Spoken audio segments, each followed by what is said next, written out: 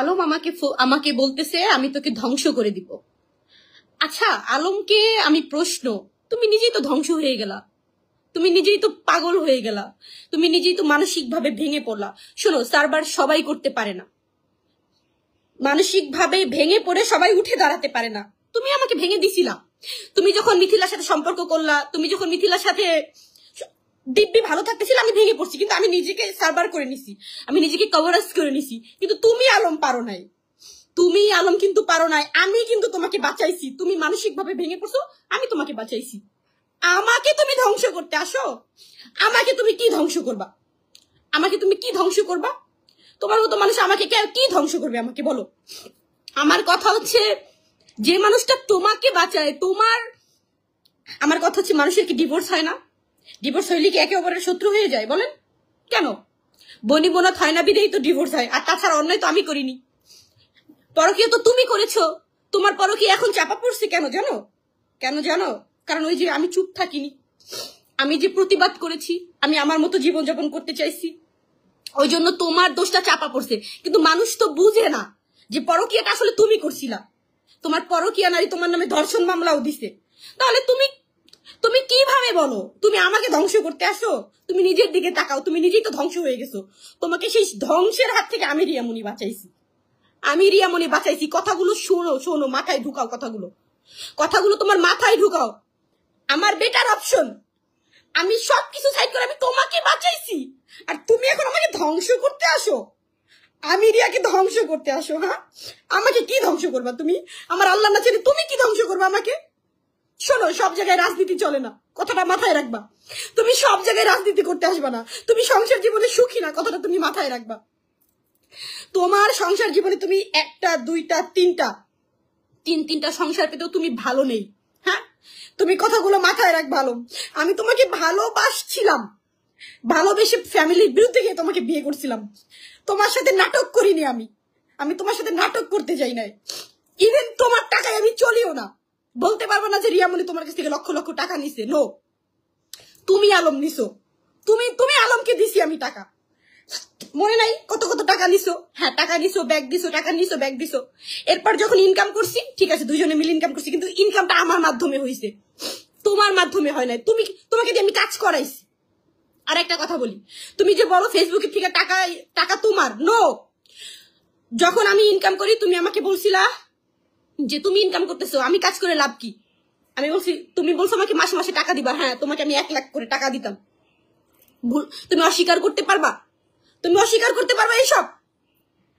বেহায়া নির্লজ্জ তুমি একটা, তুমি অকৃতজ্ঞ একটা। তোমার মতো অকৃতজ্ঞ লোক দ্বিতীয়টা হয় না, তোমার মতো অকৃতজ্ঞ দ্বিতীয়টা হয় না। হ্যাঁ, হয় না। তুমি অনেক বড় অকৃতজ্ঞ। কারণ তুমি কিভাবে বলো আমরা ইনকাম করছি সেই টাকা তোমার? তুমি তো মাসে মাসে 1 লাখ টাকা করে নিতা, তোমাকে দিতাম না আমি? হ্যাঁ, তাহলে তুমি কিভাবে বলো? শোনো, সব জায়গায় রাজনীতি করতে এসো না। তিনটা সংসার তুমি করতে পারতেছো না, কথাগুলো মাথায় ঢুকায় নাও। 4 নাম্বার সংসারও পাচ্ছিলাম মিথিলারে নিয়া, পারছো করতে? পারো নাই। মিথিলারে নিয়ে 4 নাম্বার সংসার করতে চাইছো, পারো নাই করতে, পারবাও না। কারণ তুমি একটা প্রতিশোধ পরায়ণ ব্যক্তি। তুমি সব জায়গায় প্রতিশোধ নিতে চাও কেন? কি দরকার এত প্রতিশোধ নেওয়ার? সবশেষে ভালো থাকাটা প্রয়োজন, ভালো থাকার চেষ্টা করো আলম। আমি তোমাকে ওয়ার্নিং দিয়ে বলতেছি, ভালো থাকার চেষ্টা করো। আর আমাকে জ্বালাইতে এসো না। আমাকে জ্বালাও কেন এত? তুমি রিয়াজকে ভিতরে ঢুকাই দিয়া এখন ইতির সাথে, রিয়াজের বোর সাথে হাত মিলায়া ইচ্ছা মতো নাচতেছো, খুব নাচতেছো। এত নিচে লাভ কি? এত নিচে লাভটা কি তোমার? হ্যাঁ, এত নাইছো না। জেল হাজত মানুষের জন্যই। তুমি রিয়াজকে ভিতরে ঢুকাইয়া ভাইবো না যে তুমি একদম নিঃস্বাধীন হয়ে গেছো, যা খুশি তাই করতে পারবা। এইগুলো কইরো না। আর ইতি, তুই কোনোদিন সুখী হবি না, তোর দুইটা সংসার গেছে, রিয়াজের সাথে তুই সংসার করতে পারস না, তুই কোনোদিন সংসারই করতে পারবি না। কারণ তোর মতো মেয়ে কোনোদিন সংসারই করতে পারবে না, কোনোদিন সংসার করতে পারবে না। ঠিক আছে, ভালো হয়ে যা, তোরে বললাম। স্বামী অনেক আগেই হারায় ফেলছস, কারণ মিথ্যা জঘন্য অপবাদ দিছস তুই শুরুতে আইসে এই আলমের সাথে আমাকে। শুধু মিথ্যা এলিগেন্স দিছস তুই আমার নামে। কোনোদিন ভালো থাকতে পারবি না। চাল চালতেছিস না, অনেক চাল চালতেছিস, ভালো থাকতে পারবি না। আমি আর পারতেছি না, আমি আর নিতে পারতেছি না, আমি জাস্ট ভেঙে পড়ছি, আমি আর পারতেছি না। একটা কথা কি, শুরু থেকেই আলম আমার সাথে বাটপারি করছে, আমার সাথে চিটিং করছে। আমি ওর সংসারে থাকা অবস্থায় সে হচ্ছে গিয়ে পরকিয়া করছে মিথিলা নামের মেয়েটার সাথে। সে আমাকে মানসিক শারীরিক যে টর্চার গুলো করছে, আমি এগুলো আর নিতে পারতেছি না। শেষমেশ আমাকে দেশবাসীর কাছে এত খারাপ বানাইছে। আচ্ছা, একটা বিষয় আপনারা ভেবে দেখেন তো, আলম আর রিয়ার মধ্যে কি রিয়া আগে আসছে নাকি মিথিল আগে আসছে?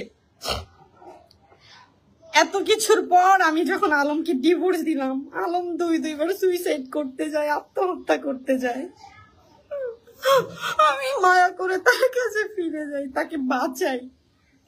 সে আত্মহত্যা করতে যায়, আমি তাকে বাঁচাই। এটা কি আমার অন্যায় হয়েছে? আমি কি পাপ করছি? সে সে দেখেন কেমন চাল চালতেছে। সে হচ্ছে গিয়ে রিয়াজকে এখন ভিতরে ঢুকাইছে, ঢুকায়া সে রিয়াজের যে বউ, ওই যে এক্স ওয়াইফ যে ইতি নামের মেয়েটাকে সাথে নিয়ে সে আমাকে একটার পর একটা ব্লেম দিচ্ছে, একটার পর একটা টর্চারিং করছে, একটার পর একটা মিথ্যা কথা বলতেছে আমাকে নিয়ে। ইতি মেয়েটা এত জঘন্য, ওরে সবাই ভালো মেয়ে ভাবে, ও এত একটা নষ্ট চরিত্রর মেয়ে।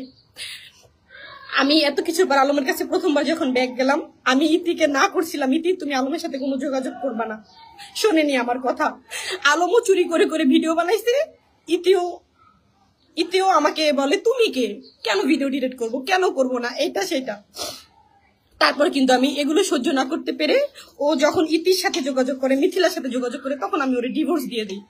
ডিভোর্স দেওয়ার পরও কি করলো, সুইসাইড করতে যায়, এইটা করতে যায়, ওইটা ফাঁসি টানায়, হার্ট অ্যাটাক করে, আপনারা তো সবই জানেন। তারপর যখন ওর কাছে আমি ব্যাগ যাই, দেখেন দেখেন এখন কি করতেছে, দেখেন ওরে মরণের হাত থেকে আমি বাঁচাইছি, এখনো কি করতেছে। রিয়াজকে ভিতরে ঢুকাইয়া সে ইতিকে সাথে নিয়ে আমাকে একটার পর একটা এখন ব্লেম দিচ্ছে, একটার পর একটা আমার সাথে এমন জঘন্য কাজ এখনো সে করতেছে আমার সাথে। সে ফোন দিয়ে দিয়ে আমাকে মিথ্যা কথা বলে, এই মাত্র সে আমাকে হুমকি দেয়, সে আমাকে ধ্বংস করে দিবে, আমাকে এইটা সেটা। What is this? আমি কোনো অন্যায় করে থাকি তুমি আইনগতভাবে ব্যবস্থা নাও। হ্যাঁ, আমি যদি কোনো অন্যায় করে থাকি তুমি আইনগতভাবে ব্যবস্থা নাও, আমার কিছু বলার নেই। কিন্তু তুমি কেন এরকম করতেছো আলম? তোমার সমস্যাটা কি বলো? তোমার কি সমস্যা? তোমার সমস্যা কি? তুমি এখন রিয়াজকে ভিতরে ঢুকে তুমি রিয়াজের বউকে সাথে নিয়ে এরকম চাল চালতেছো কেন তুমি? হ্যাঁ, ইতিকে সাথে নিয়ে, এই ইতি মেয়েটা আজ নষ্ট একটা মেয়ে, এই মেয়েটাকে নিয়ে তুমি এত চাল চালতেছো কেন আমার সাথে? এখন গেম খেলতেছো কেন? তুমি মিথ্যা ব্লেম দিচ্ছ কেন আমাকে? আমি যদি কোনো অন্যায় করে থাকি তুমি আইনগত ব্যবস্থা নাও, যেরকম রিয়াজের বিরুদ্ধে নিছো। এই দেশে কি নির্দোষ মানুষ কম সাজা পাচ্ছে? কম পাচ্ছে? প্রমাণ হয় না 20 বছর পর সে নির্দোষ? প্রমাণ হয় না তো কি হয়েছে? আমি আর নিতে পারতেছি না, আমি জাস্ট আর নিতে পারতেছি না।